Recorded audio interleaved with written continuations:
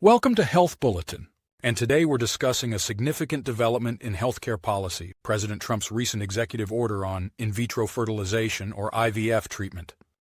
I just want to ask Will to come over. I've just finished signing some executive orders, and if we could start with that, Will, you might want to come up here and just explain what we did. Thank you. Good afternoon, y'all. A short while ago, President Trump signed three items. The first is an executive order relating to the affordability and availability of in vitro fertilization and other fertility treatments.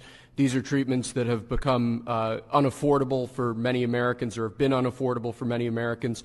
And the executive order is a directive to the Domestic Policy Council to examine ways to make IVF and other fertility treatments more affordable for more Americans.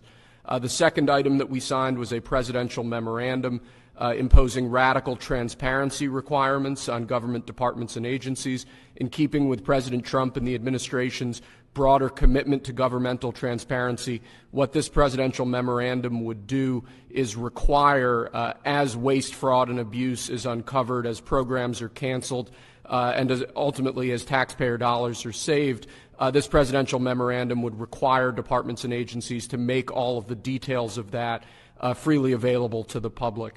Lastly, we have another executive order that President Trump signed relating to independent agencies. This executive order would establish important oversight functions in the Office of Management and Budget and its subsidiary office, OIRA, supervising independent agencies and many of their actions. This decision has sparked considerable discussion. So let's take a closer look at why this order was signed and why it's so important. IVF is a medical procedure that helps people struggling with infertility to have children. However, it's expensive, often costing between $12,000 and $25,000 per cycle. Many couples need multiple cycles, and insurance coverage is often limited.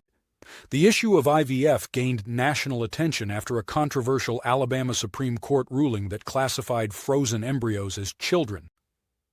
This led to concerns that IVF services could be curtailed, impacting families' ability to access the treatment.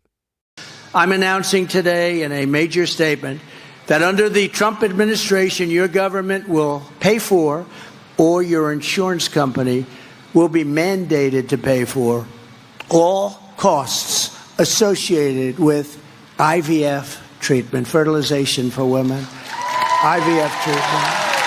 Although he didn't specify how that would be funded, the executive order directs his administration to develop policy recommendations within 90 days to protect access to IVF and reduce costs. She order states that public policy should make it easier for families to have children and that Americans need reliable and more affordable IVF options. While some see this as a positive step, others are skeptical. Critics, like Senator Patty Murray, call it a PR stunt, arguing that Republicans have previously blocked legislation to expand IVF access. Despite all the political debate, the core issue is helping families achieve their dream of having children. IVF has helped more than 85,000 infants be born in 2021 alone, offering hope to those struggling with infertility. This executive order is a step toward addressing the challenges surrounding IVF access and affordability. Whether it leads to meaningful change remains to be seen, but the spotlight is now firmly on this vital issue for American families. Subscribe to Health Bulletin now for the latest updates on science and health. Be the first to know about breakthroughs, outbreaks, and life-saving innovations.